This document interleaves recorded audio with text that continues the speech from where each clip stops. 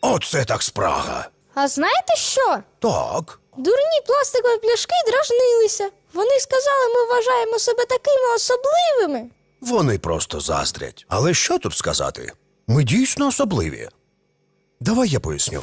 У давні часи, коли ще взагалі нічого не існувало, навіть пляшок, всесвіт струсонув великий вибух.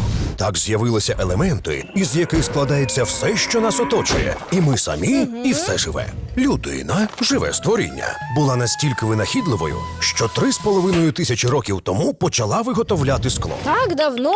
Так, але людям знадобилися століття для того, щоб це ремесло вдосконалити. Потім були винайдені машини, які допомогли виробляти скло у великих кількостях. Тобто вони можуть легко зробити сотні тисяч мільйонів таких, як ми? Ну, не так легко.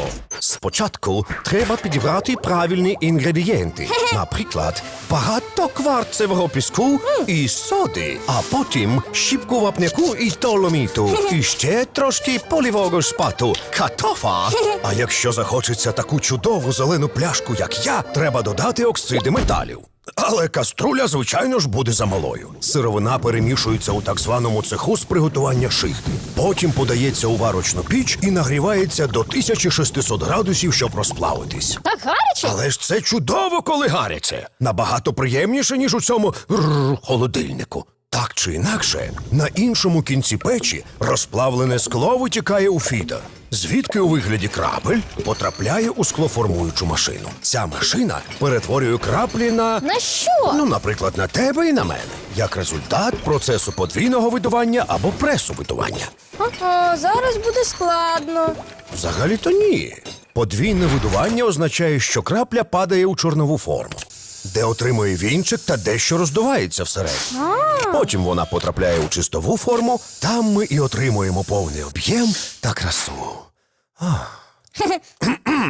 Завдяки цьому ми можемо приймати будь-яку форму, все, що ти лише можеш уявити. Ось чому усі такі різні. Саме так. Схожим чином для нас пляшок працює і процес пресовидування. Тільки спочатку у чорновій формі в скломасу вставляють плунжер, після чого вона знову потрапляє у чистову. Завдяки тонким стінкам ти відчуваєш себе легесеньким, наче пір'ячко. Люди називають це полегшеним склом. А я можу бути таким? Так, звичайно. Але давай спочатку подивимось, яким чином пляшки потрапляють у холодильник. Як це було з нами? Пляшки охолоджуються повільно та поступово, щоб не залишилось ніяких зайвих напружень. Потім на контрольних апаратах вони механічно та оптично тестуються на відповідність розмірів, відсутність тріщин та включень. Пляшки, що відповідають показникам якості, пакуються, транспортуються, наповнюються та закупорюються, щоб люди могли з насолодою із них випити. Тому що вони знають, ми, скляні пляшки, зберігаємо та захищаємо смак та свіжість улюблених напоїв, як не може жодна інша упаковка. Нас вип'ють назавжди? Перше я теж дуже боявся.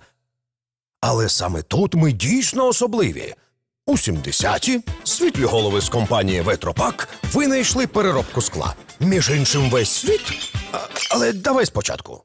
Так чи інакше нас розтрощать. Що?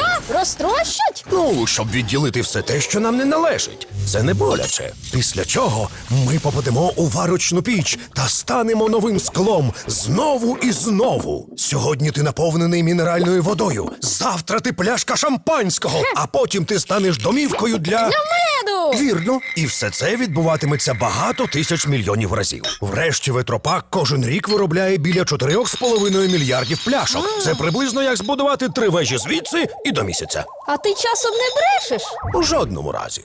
Це мені розповіла дуже розумна скляна пробірка.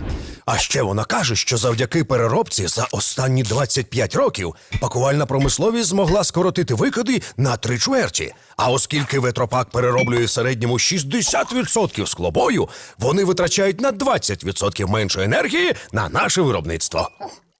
Ця кількість може цілих 3 місяці освітлювати велике місто. Ого, гарно звучить. А вони точно принесуть мене назад, коли вип'ють? Так, зараз у всій Європі перероблюються 2/3 усіх нас. І це, між іншим, біля 30 мільярдів пляшок щороку.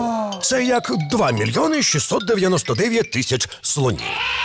Плюс синій кит. Так мені казала приятелька пробірка. Я теж хочу якось побути пробіркою. Та знає, в тебе є всі шанси, адже скло завжди залишається склом, навіть після багатьох життєвих циклів. Чудово! Тоді спочатку я хочу бути банкою для меду, потім пляшкою з солодким лимонадом, а потім пляшкою шампанського. Здається, хтось сюди йде. Візьміть мене!